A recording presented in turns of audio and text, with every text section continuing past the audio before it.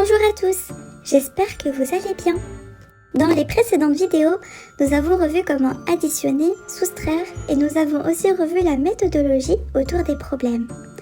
Aujourd'hui, nous allons apprendre à repérer des problèmes autour des additions et des soustractions. Pour cela, il faut se demander si l'on cherche le tout ou une partie. Prenons un exemple de problème simple. J'ai 10 pommes et 8 bananes. Combien ai-je de fruits en tout ? Après avoir lu l'énoncé du problème, je relis la question. Combien ai-je de fruits en tout ? Le tout correspond à l'ensemble des fruits que je possède. Autrement dit, on cherche à connaître le nombre total de fruits.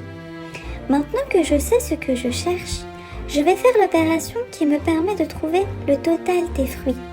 Cette opération, c'est une addition. Ainsi, nous allons pouvoir calculer 10 plus 8 est égal à 18. Ainsi, nous allons donc écrire la phrase réponse. J'ai 18 fruits en tout. Dans la phrase, on n'oubliera pas de mettre la majuscule au début et le point à la fin. On vérifiera aussi l'orthographe des mots et la conjugaison. Nous savons donc désormais comment trouver le tout. En général, les questions qui permettent de trouver le tout sont combien y en a-t-il en tout ? Combien en avait-il au départ ? Ou même combien ont-ils de billes ensemble ? En tout, au départ, ensemble sont des mots qui nous permettent de comprendre que l'on cherche le tout. À présent, voyons comment chercher une partie dans un problème. Prenons l'exemple suivant. J'ai 23 timbres. 15 sont français, les autres sont allemands. Combien ai-je de timbres allemands ? Comme tout à l'heure, on relit la question.